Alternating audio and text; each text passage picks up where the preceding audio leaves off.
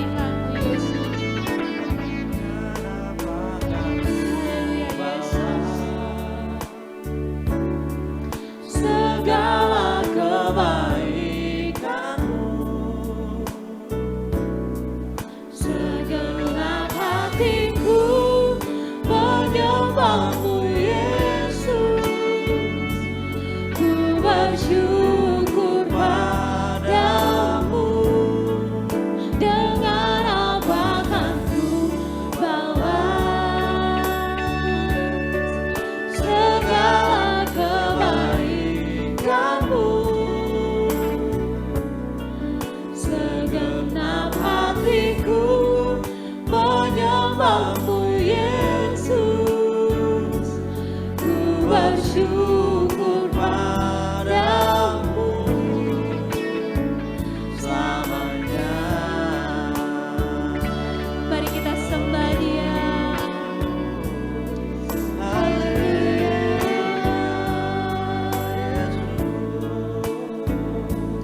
Kami naikkan syukur Tuhan, buat kebaikan-Mu Yesus. Kami bersyukur Yesus. Haleluya, haleluya. Kami bersyukur Tuhan. Kami naikkan syukur Yesus untuk kebaikan-Mu Tuhan. Terima kasih.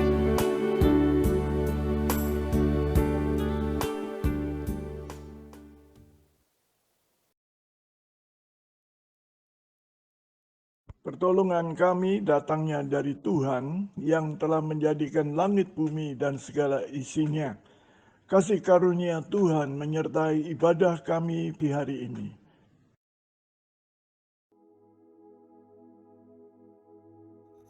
Shalom. Salam sehat untuk semuanya. Saat-saat sekarang ini saya bisa ada hari ini juga karena anugerah Tuhan. Bisa kesaksian hari ini juga karena anugerah Tuhan. Tanpa Tuhan kita tidak bisa ada hari ini. Kesehatan yang Tuhan berikan juga anugerah Tuhan. Saat-saat sekarang ini tidak mudah memang untuk menghadapi keadaan yang di luar sana ada COVID-19 ini. Dengan keadaan bangsa-bangsa yang kena seluruh dunia. Ini sudah dunia, sudah kena. Tapi saya lihat dengan keadaan seperti ini, saya percaya kegerakan terjadi. Kegerakan apa? Kegerakan yang menyembah Tuhan yang luar biasa. Setiap bangsa berdoa, berlutut di bawah kakinya, semuanya saat ini menyembah Tuhan. Saya percaya dengan kejadian ini memang seizinnya Tuhan. Karena Tuhan itu mungkin sudah melihat manusia itu sudah terlalu muak atau kata kasarnya kesel dia. Kenapa manusia itu banyak yang merasa sukses karena ulahnya sendiri, kaya karena ulahnya sendiri, pinter karena kesombongan sendiri. Semuanya manusia tuh merasa gue loh yang melakukan itu, bukan karena dia, karena Tuhan. Padahal apapun yang kita lakukan, kita bisa sukses hari ini, kita bisa sehat hari ini, semua karena Tuhan.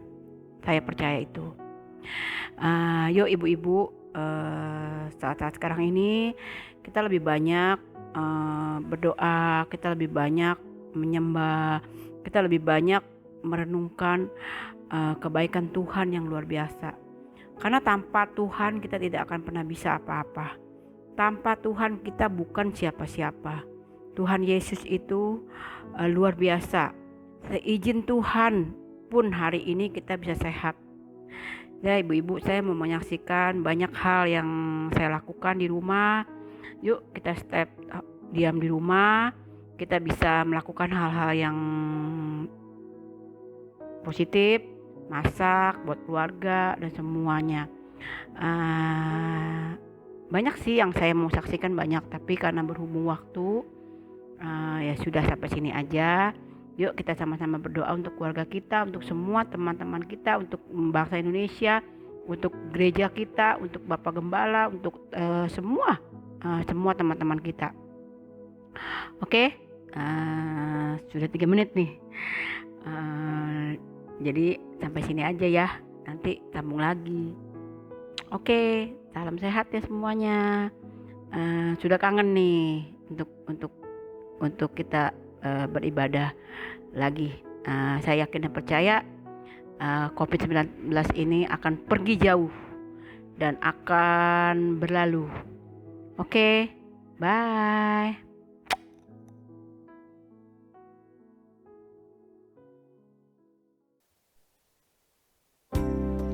Mari jemaat yang terkasih dalam nama Tuhan, saat ini kita akan mendengarkan kebenaran akan firman Tuhan yang akan memberkati kita pada hari ini dan menjadi pelita dalam kehidupan kita hari lepas hari. Selidiki aku, lihat hatiku, apakah ku sungguh mengasihimu, Yesus.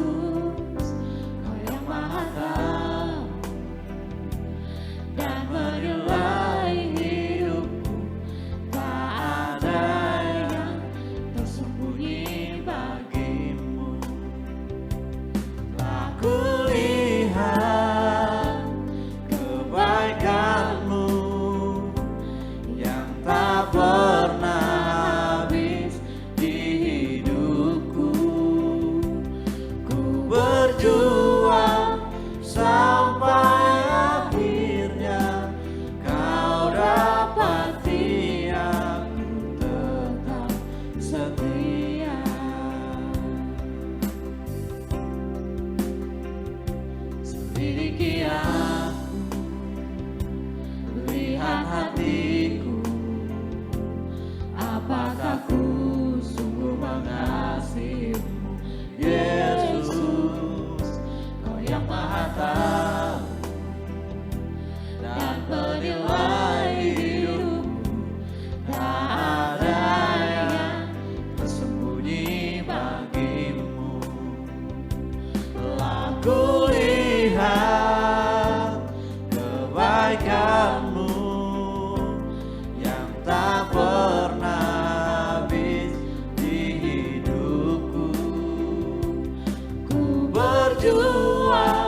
sampai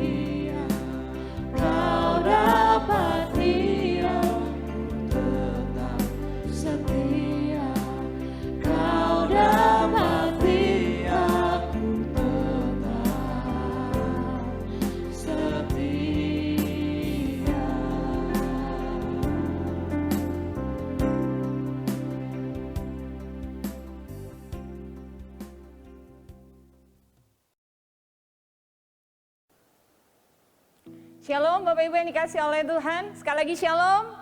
Kita akan bersama-sama mendengarkan firman Tuhan dan kita satu di dalam doa. Bapa di sorga, Bapa dalam nama Yesus, terima kasih kami bersyukur karena kami boleh ada sebagaimana kami ada sampai pada hari ini. Kami perluaskan Engkau berbicara, sampaikan isi hatimu melalui firman Tuhan yang akan kami dengar dan renungkan pada pagi hari ini. Dan berkati seluruh sidang jemaat Tuhan yang berada di rumah ataupun di mana saat ini mereka berada, mereka tetap bersyukur, mereka tetap mencari hadirat Tuhan. Terima kasih Tuhan, kami siap untuk mendengarkan firman Tuhan. Demi nama Kristus Tuhan kami berdoa dan menyambut kebenaran firman Tuhan. Semua jemaat Tuhan yang di rumah mari berkata bersama saya, amin. Sekali lagi shalom Bapak Ibu yang dikasih oleh Tuhan. Senang sekali kalau melihat Bapak Ibu dengan wajah yang sukacita dan mempersiapkan diri dengan baik di rumah dan bersama-sama keluarga untuk beribadah kepada Tuhan. dan kita sama-sama akan mendengarkan firman Tuhan. Tapi perkenankan saya menyampaikan terima kasih untuk seluruh jemaat Tuhan, bahkan sampai majelis yang memperhatikan ya, khususnya beberapa waktu memberkati kami, baik itu buah-buahan, baik itu makanan gitu ya. Dan kami bersyukur bahwa di tengah-tengah jemaat Tuhan, Tuhan berikan hati yang begitu mengasihi. Dan kiranya Tuhan membalas setiap kebaikan Bapak Ibu. Dan mari kita dengarkan firman Tuhan. Dan kita mau renungkan sama-sama di minggu yang terakhir. Dengan tema yang begitu menurut saya, dengan kondisi yang saat ini kita alami, tidak semua orang bisa berkata dirinya setia. Ayo Bapak Ibu dikasih oleh Tuhan. Dan mari kita sama-sama lihat ada satu hal yang paling penting dalam kehidupan kita. Sadar atau tidak, semua kita terlibat yang namanya kontrak atau perjanjian. Baik itu Bapak Ibu yang ada di rumah, dalam bisnis, bahkan di dalam usaha, pekerjaan, dan demikian pemerintahan, negara, terlebih lagi pada Tuhan. Berbicara tentang kontrak sama dengan perjanjian. Lazimnya biasanya kita lihat bahwa orang mengadakan perjanjian, biasanya kalau keluarga ya masih ingat janji nikahnya, atau mungkin sudah 50-an tahun sudah lupa akan janji pernikahannya, atau mungkin kita sebagai pemimpin besar ya mengadakan biasanya kita kerjasama dan kita harus membutuhkan yang namanya perjanjian atau kontrak kerja. Ada hal yang penting yang perlu kita ketahui di atas segalanya. Tetapi prinsipnya sama, bahwa harus ada dua orang di dalam penanganan perjanjian untuk menyatakan untuk dia bisa lanjut ke sebuah persetujuan yang ada. Kita lihat sama-sama hal yang paling kita renungkan, ya, bagaimana tentang kasih setia Tuhan bagi umat Tuhan. Berbicara tentang perjanjian setianya atas umat Tuhan jauh sebelum sampai pada hari ini, zaman bapak-bapak gereja Tuhan, bahkan zaman-zaman patriark dulu. Kita mau akan renungkan sama-sama ketika perjanjian Tuhan itu dilanggar, respon daripada manusia, umat Tuhan, dengan kesetiaan Tuhan yang tidak sepadan. Padahal Tuhan rindu supaya perjanjian kasih setianya bagi setiap kita umat Tuhan yang menerima, kita dapat melakukan, memberikan yang terbaik kepada Tuhan. Kita buka kebenaran firman Tuhan, saya ajak Bapak, Ibu, Saudara-saudari yang dikasih oleh Tuhan di rumah, buka di dalam Mazmur pasal 89, ayatnya cukup panjang, ayat 20 sampai 38, tapi kita akan baca dari ayat yang ke-35 sampai 38 saja. Demikian firman Tuhan, perikopnya diberikan judul oleh Lembaga Alkitab Indonesia tentang kesetiaan Tuhan kepada Daud. Ayat 35, aku tidak akan melanggar perjanjianku, dan apa yang keluar dari bibirku tidak akan kuubah. Sekali aku bersumpah demi kekudusanku, tentulah aku tidak berbohong. Kepada Daud, anak cucunya akan ada untuk selama-lamanya, dan tahtanya seperti matahari di depan mataku. Seperti bulan yang ada selama-lamanya, suatu saksi setia di awan-awan. Bapak Ibu, kalau sudah merenungkan dan kita baca kebenaran firman Tuhan, kita akan dapat petik pesan yang akan Tuhan sampaikan pada hari ini. Mari kita akan sama-sama simak kebenaran firman Tuhan. Berbicara tentang respon, berbicara tentang jawaban kita, tindakan aktif kita yang kita lakukan terhadap kesetiaan Tuhan. Dan tidak mudah memang, karena kesetiaan berbicara hal yang langka hari-hari ini. Benar Bapak Ibu yang dikasih oleh Tuhan? Tapi kebenaran firman Tuhan yang sama-sama kita renungkan, yang kita bahas, berbicara tentang yang namanya janji setia Tuhan. Jadi Mazmur 89 sebenarnya ini berbicara tentang bagaimana janji setia Tuhan. Sebuah seruan dari pemazmur kepada Tuhan. Kalau kita renungkan di situ ayat 1 sampai 53, kita lihat pembagian ada 4 bagian. Dan kemarin sudah salah satunya dibahas, dan ini adalah bagian yang kedua. Bagian kedua pasal 20 sampai 38 berbicara tentang janji Tuhan yang disertai dengan sumpah. Sekali lagi Bapak Ibu yang dikasih oleh Tuhan di rumah, janji Tuhan yang disertai sumpah. Saya mau tanya Bapak Ibu, apa rasanya ketika Bapak Ibu menerima bagaimana orang yang berjanji pada Anda atau Bapak Ibu yang di rumah, saudara-saudari, dan seketika itu mereka juga yang mengingkarinya. Tentu rasanya sakit, bukan? Tentu rasanya Bapak Ibu ingin marah sekali, bukan? Karena Bapak Ibu sudah mempercayakan segalanya. Atau mungkin Bapak Ibu sebagai contoh, misalkan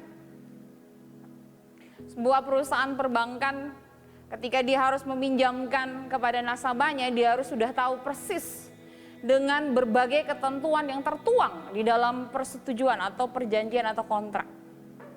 Bila salah satu tidak memenuhi semua ketentuan-ketentuan yang ada, maka apalagi dibatalkan secara sepihak, maka ada konsekuensi, bukan? Karena itu kita renungkan sama-sama tentang bagaimana perjanjian Allah dengan umat Tuhan terhadap yang namanya Daud. Bukan saja kepada Daud, tapi kita sebagai orang percaya hingga hari ini. Dan bagaimana kalau kita tahu persis dalam kehidupan kita, orang yang notabene-nya kita begitu percaya, kita kasihi dengan baik, reaksi Tuhan melihat respon dari umatnya ketika mereka mengingkari, melanggar daripada kesetiaan bahkan janji atas umatnya. Ini yang akan kita renungkan sama-sama Bapak Ibu yang dikasih oleh Tuhan. Yang pertama, reaksi Tuhan sudah otomatis pasti dia akan memberikan disiplin, ganjaran atau penghukuman, bukan? Itu sebagai konsekuensi tanggung jawab karena umat Tuhan telah mengkhianati perjanjiannya. Sekali lagi berbicara perjanjian itu dilakukan bukan secara sepihak, tetapi dua pihak. Dalam hal ini Tuhan berjanji dengan umatnya. Reaksi Tuhan terhadap respon umat yang dikasihinya ketika mereka mengkhianati, melanggar perjanjian kasih setianya, sudah otomatis Tuhan akan memberikan ganjaran sebagai konsekuensi. Yang kedua, Tuhan berbicara tentang keadilan Tuhan, berbicara tentang bagaimana Tuhan bertindak sebagai hakim, memberikan hukuman. Tapi di sisi yang lain tentang kasihnya Tuhan, maka berbicara tentang kesetiaannya itu tidak dapat dibatalkan oleh apapun. Percayakah kita bahwa kesetiaan Tuhan itu adalah karakter mulia dari pribadinya. Itu sebabnya Tuhan suka dengan orang yang setia. Alkitab berkata, Amsal berkata bahwa orang baik banyak. Dan bahkan orang yang tidak beragama sekalipun mereka baik. Tapi orang yang setia, siapakah yang mendapatkannya? Ukuran setia adalah ketika kita mengerjakan dengan sungguh-sungguh. Dan itu kita kerjakan sampai selesai. Bahkan sampai selesai dari hidup kita. Itu ukuran kesetiaan. Bagaimana dengan setiap kita?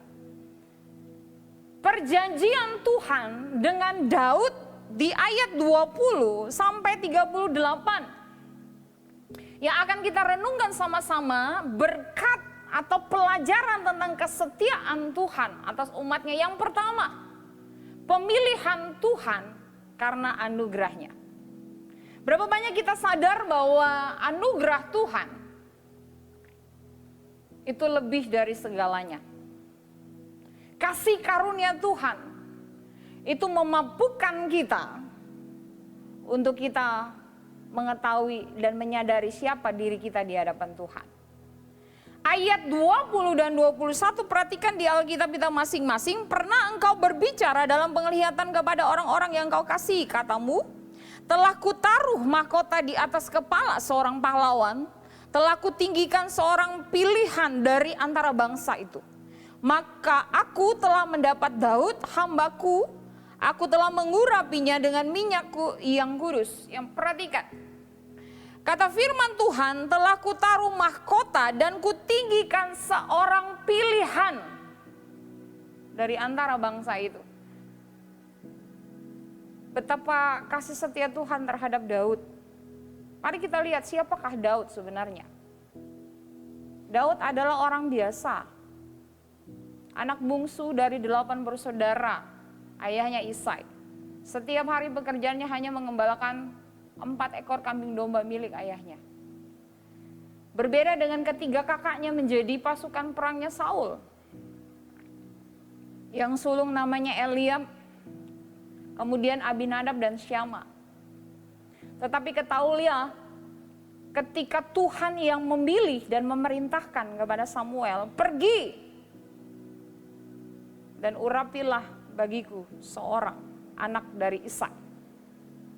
Sesampainya di rumahnya, apa yang dia ketemukan? 7 anaknya telah ada. Mulai dari yang pertama Eliab, begitu dilihat postur tubuhnya besar dan begitu ganteng gitu ya. Coba yang bapak ibu ganteng di rumah, ibu-ibu di rumah sekali-sekali cibit. Papi paling ganteng sedunia. Karena unlimited edition, bukan? Ya, sekali-sekali beri pujian. Karena itu aku memilih kamu. Ya, Tuhan berkata kepada Samuel, bukan Eliab, jangan lihat parasnya. 1 Samuel 16 ayat 7. Tapi aku melihat hatinya. Ketika mereka hendak makan, Samuel berkata kepada Isai, apakah hanya ini anak-anakmu? Isai berkata, tidak. Masih ada 1 si bungsu. Dia masih berada di padang. Kalau gitu kita tidak akan makan sebelum dia datang pulang. Dan ketika dia kembali, Tuhan berkata kepada Samuel, urapilah Daud. Ketika dilihatnya Daud, wajahnya kemerah-merahan ya, parasnya memang elok, kecil, mungkin semeter tak sampai, semampai.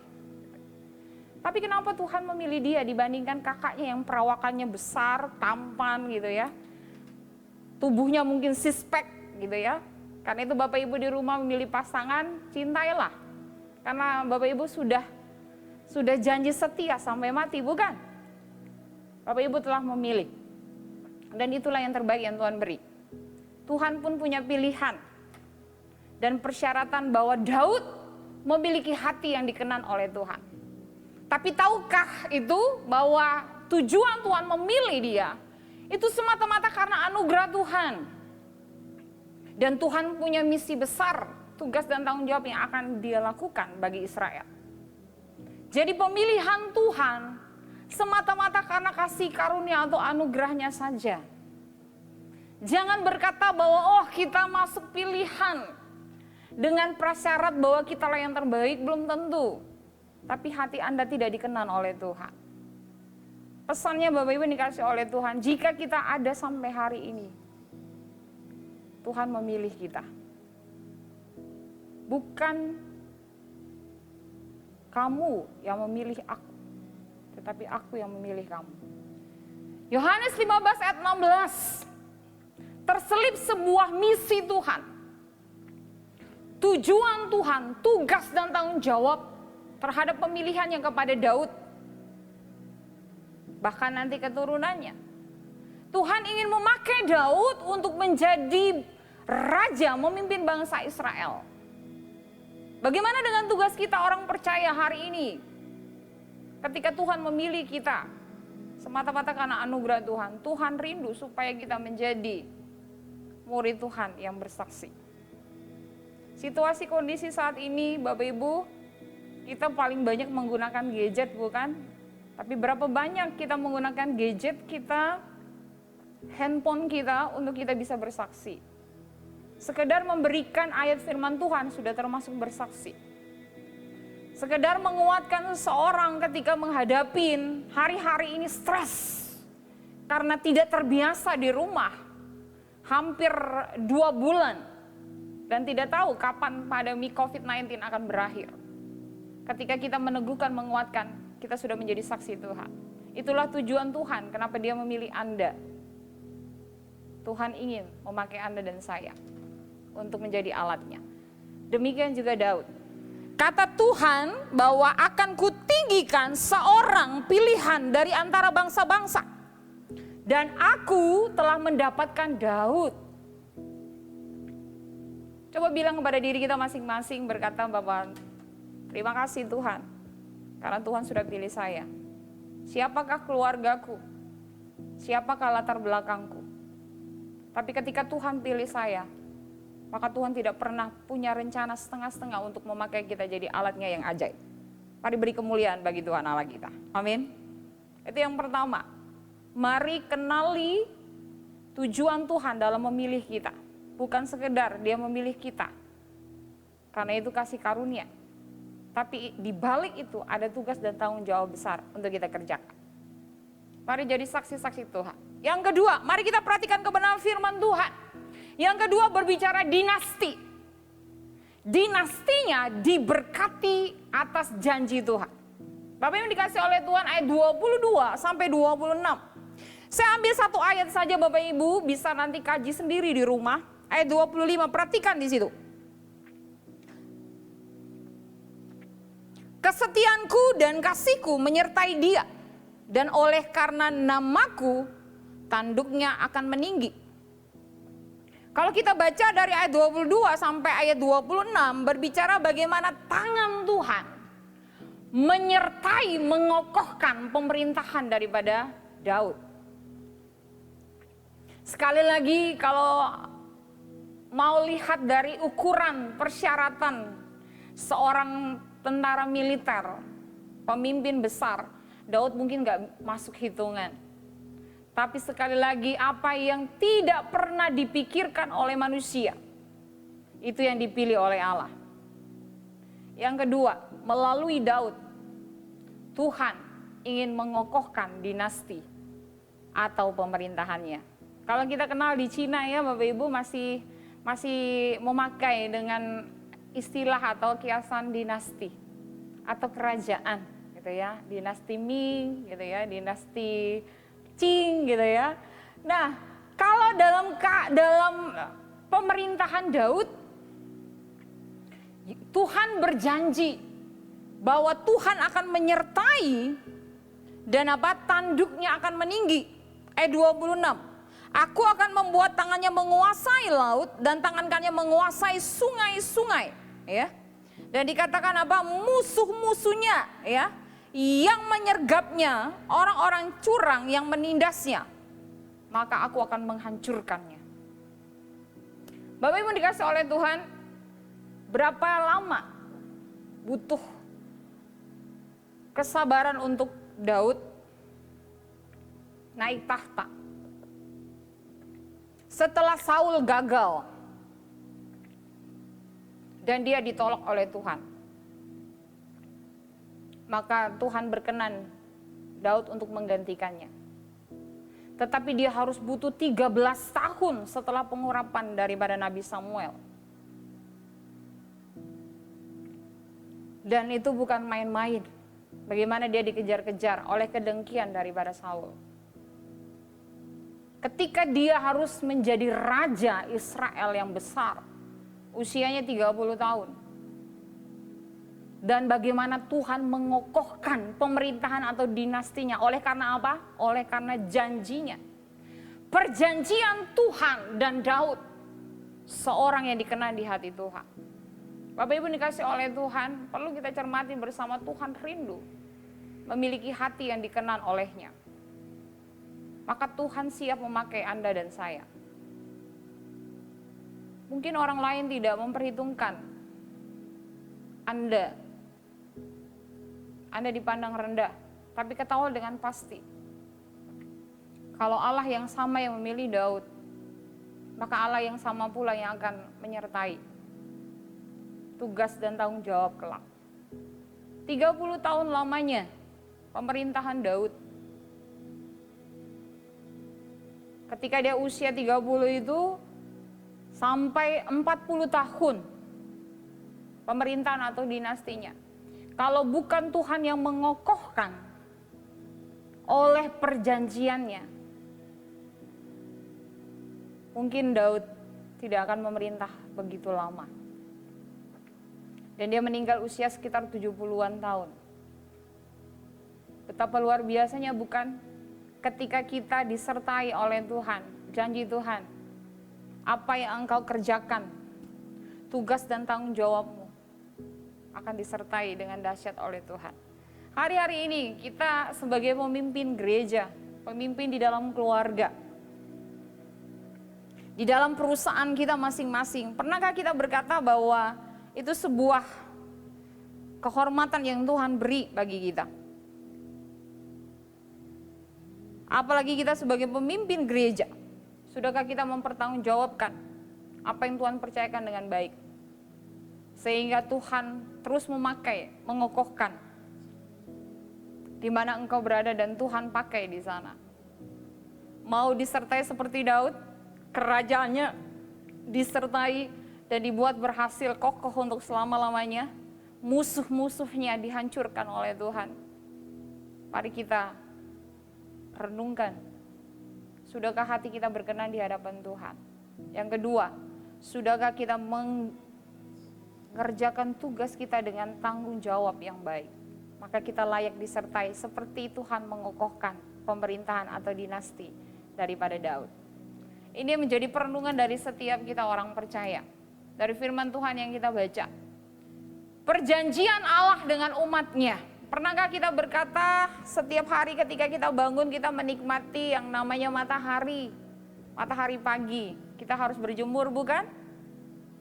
10 menit mungkin bahkan lebih. Anjuran SOP. Supaya kita sehat semuanya dari virus COVID-19 ini. Pernah kita berkata matahari setiap hari bersinar.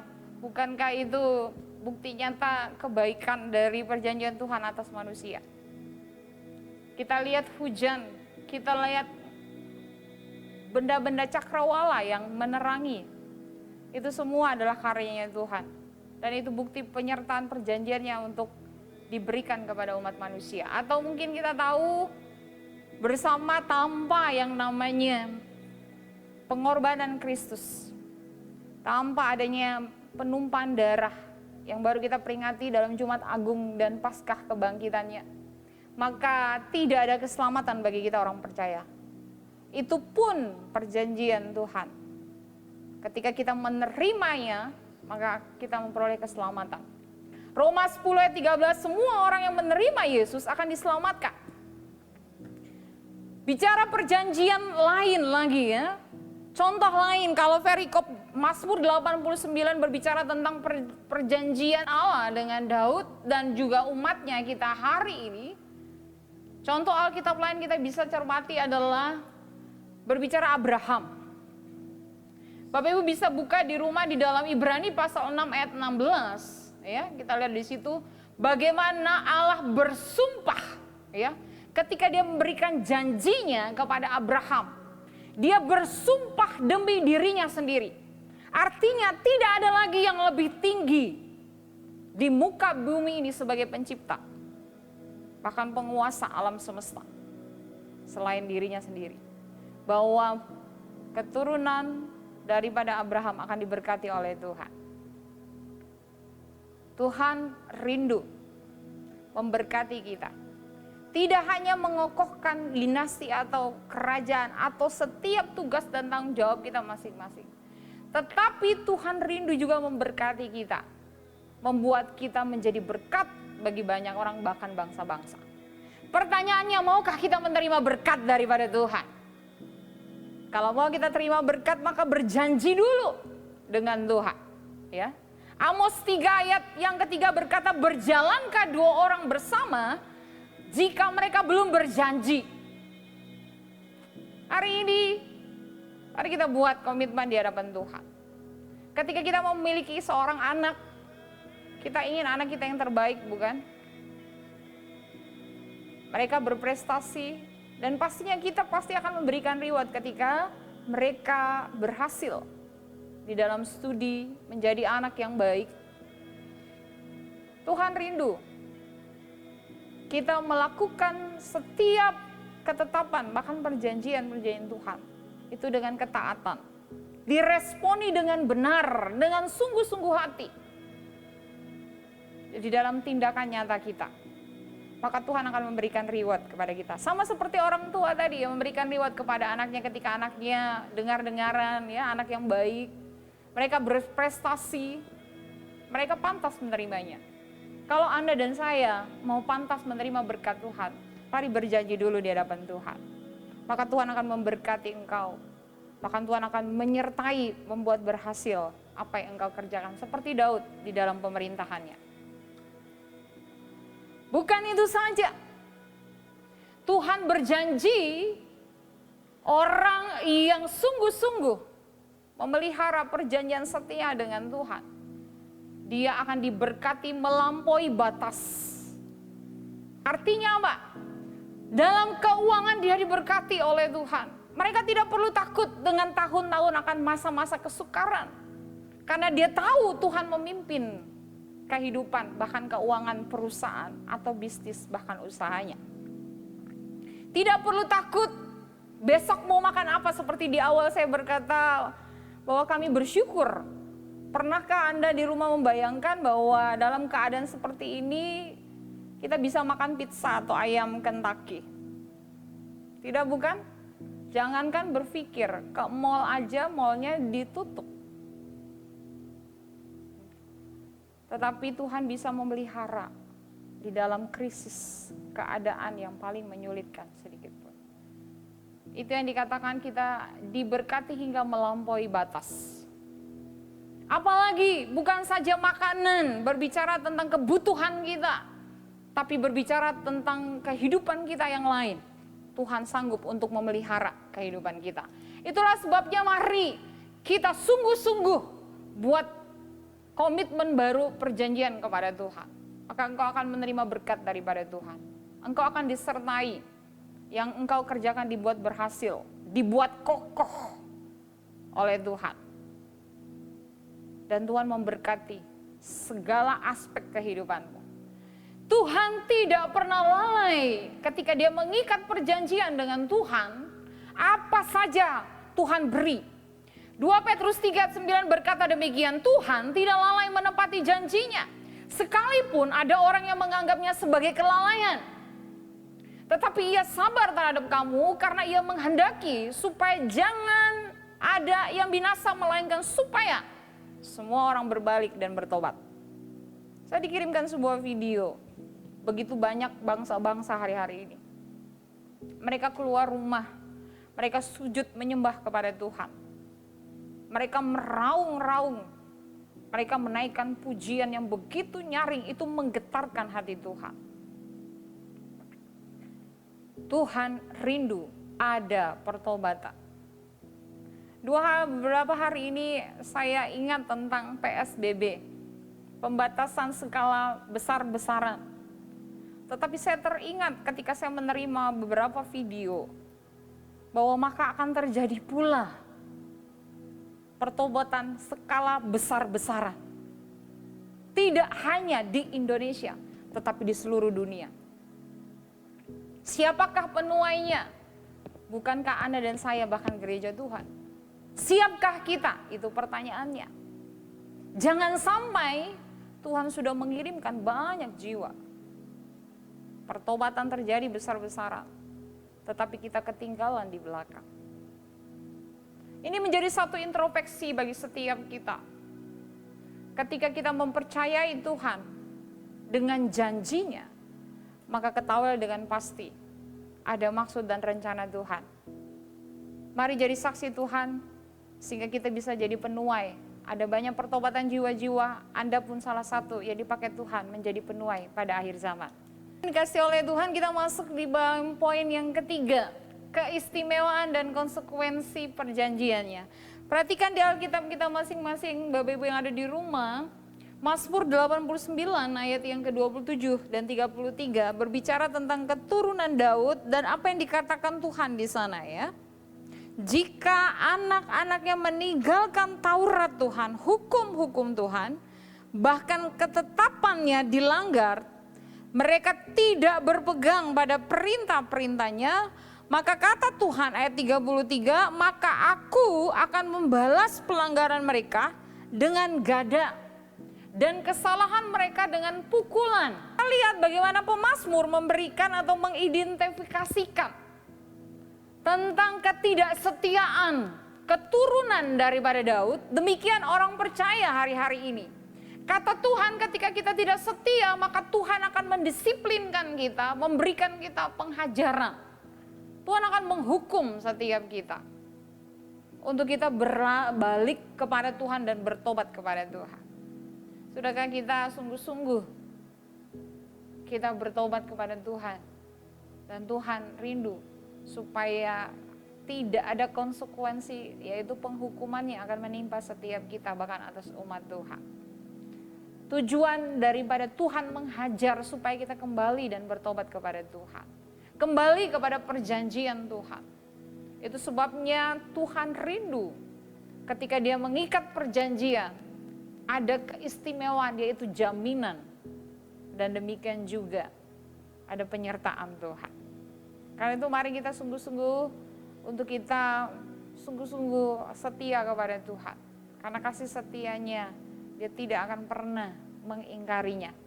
Kita masuk bagaimana kesetiaan Tuhan di dalam 2 Petrus 3 ayat 9 dikatakan Tuhan tidak lalai menepati janjinya.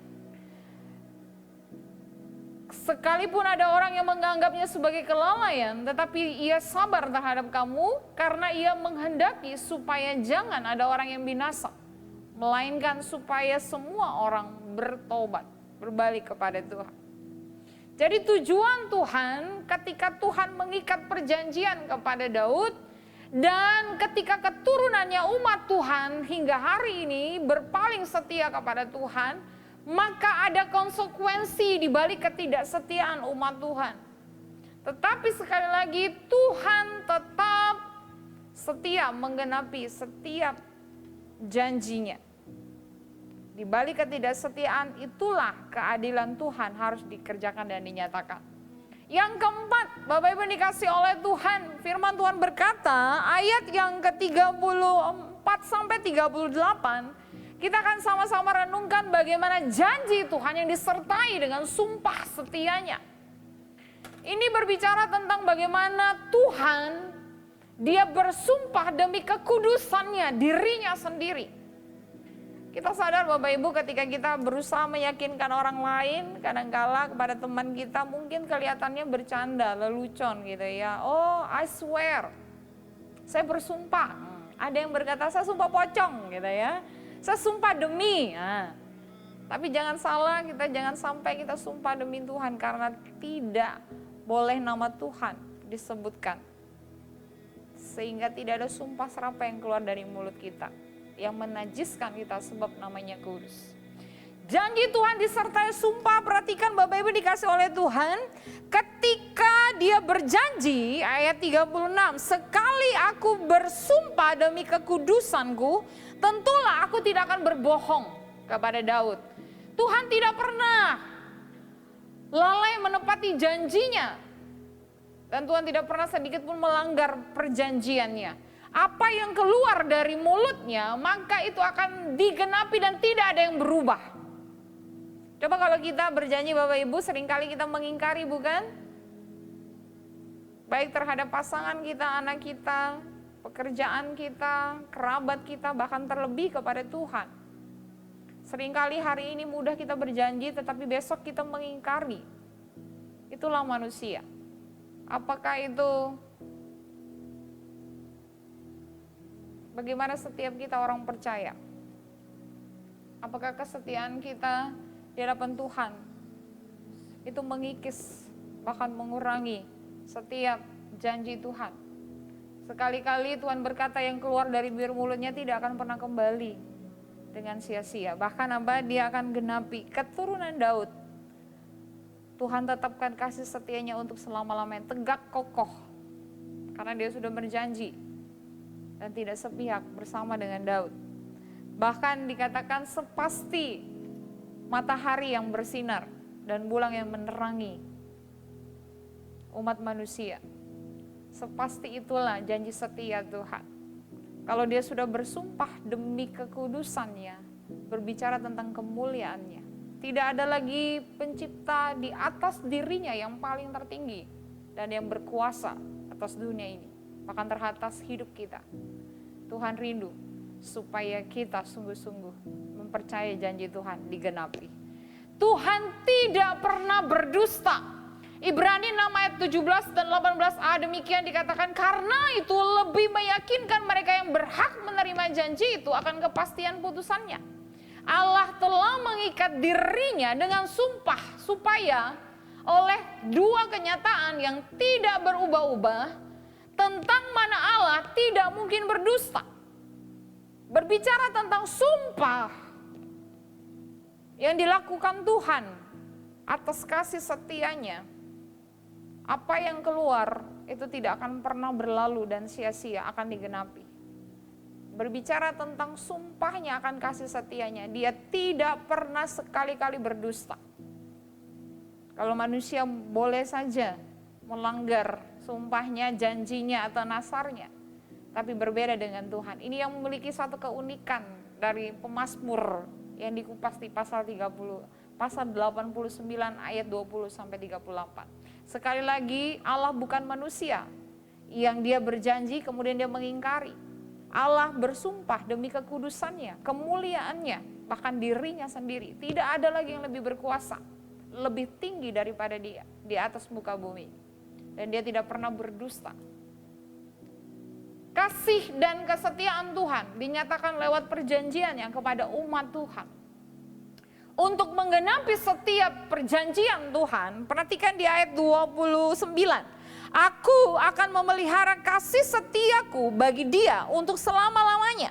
Dan perjanjianku teguh bagi dia. Kasih setia Tuhan yang dia berikan lewat perjanjian dengan umatnya, selayaknya, sepatutnya kita responi dengan iman dan ketaatan sepenuhnya kepada Tuhan. Selayaknya kita responi dengan sungguh-sungguh, kita bersyukur, berterima kasih, mengasihi dan melayani Tuhan lebih lagi. Maka itu sepadan dengan perjanjian Tuhan. Kenapa? Karena perjanjian tidaklah sepihak. Karena itu berbicara tentang umat Tuhan, tidak hanya Daud yang dikisahkan, tetapi berbicara tentang kita jemaat Tuhan dikasihi Tuhan. Ketika ia bersumpah atas nama dan kekudusannya, atas dirinya sendiri, maka tidak ada segala sesuatu yang tidak digenapi dalam rancangan Tuhan atas hidup kita. Biarlah kita menikmati rancangan Tuhan. Yang dibutuhkan, mari kita tetap setia dan taat kepada Tuhan. Firman Tuhan berkata, tetapi kasih setia Tuhan dari selama-lamanya sampai selama-lamanya. Bagi orang yang takut akan dia dan keadilannya bagi anak cucu. Bagi orang-orang yang berpegang pada perjanjiannya dan yang ingat untuk melakukan titahnya. Firman Tuhan. Mazmur 103 ayat 17 sampai 18. Sama seperti kupasan Mazmur 89 terhadap janjinya kepada Daud.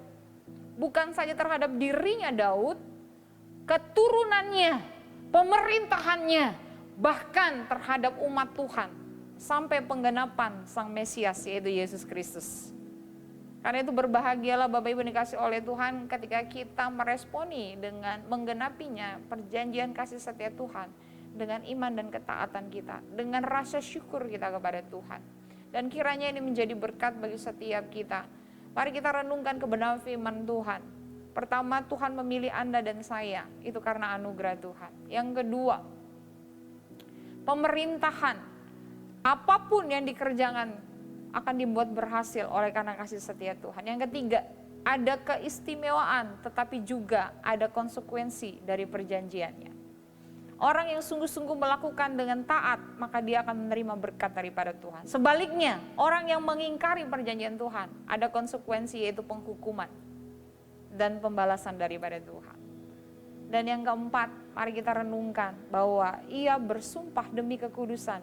Artinya setiap janji setia Tuhan akan digenapi dalam hidup Bapak Ibu Saudara. Kiranya Tuhan memberkati kita dan ini menjadi rema dalam kehidupan kita. Kita tundukkan kepala dan berdoa untuk kebenaran firman Tuhan. Bapa di sorga, Bapa dalam nama Yesus, kami bersyukur Tuhan untuk firman-Mu.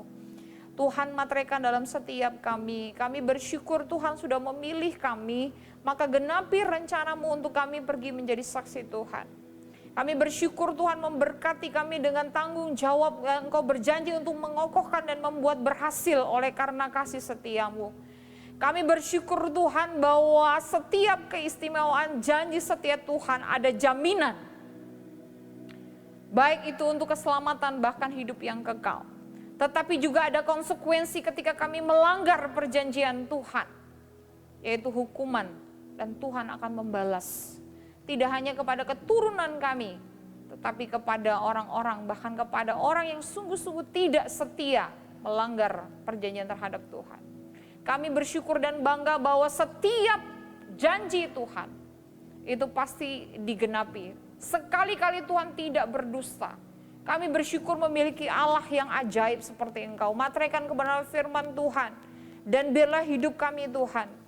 Tuhan memberkati kami. Apa yang kami lakukan, kerjakan, bahkan kami berdoa Tuhan. Di tengah keadaan saat ini Tuhan, krisis, kehidupan yang sulit karena wabah pandemi COVID-19 ini tidak membuat iman kami Tuhan goyah. Tetapi semakin hari iman kami semakin teguh di hadapan Tuhan. Kami bersyukur untuk kesetiaan-Mu, maka Engkau layak menerima dan kami responi dengan kesetiaan pula untuk kami tetap setia sampai pada akhirnya. Terima kasih Tuhan, segala kemuliaan, hormat serta syukur hanya bagi Tuhan. Haleluya, amin.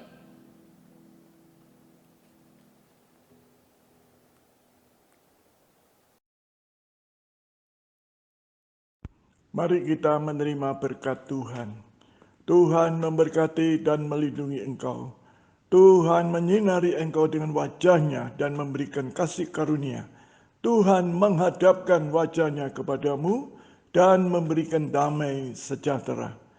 Jemaat kepunyaan Tuhan yang kukasihi, terimalah berkat Allah, kasih karunia Tuhan Yesus Kristus, kasih Allah dalam persekutuan dengan Roh Kudus, menyertai kita semua sampai selama-lamanya.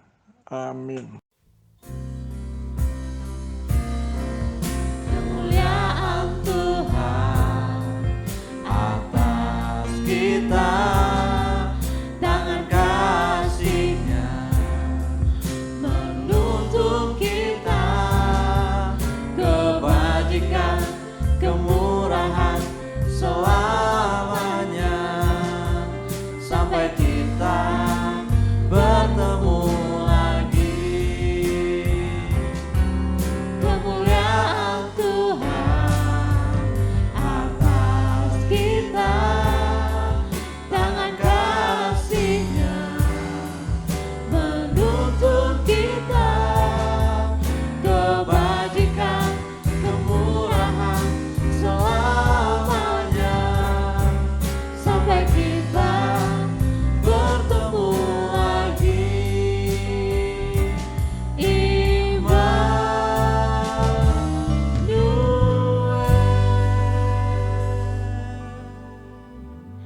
Tuhan Yesus memberkati.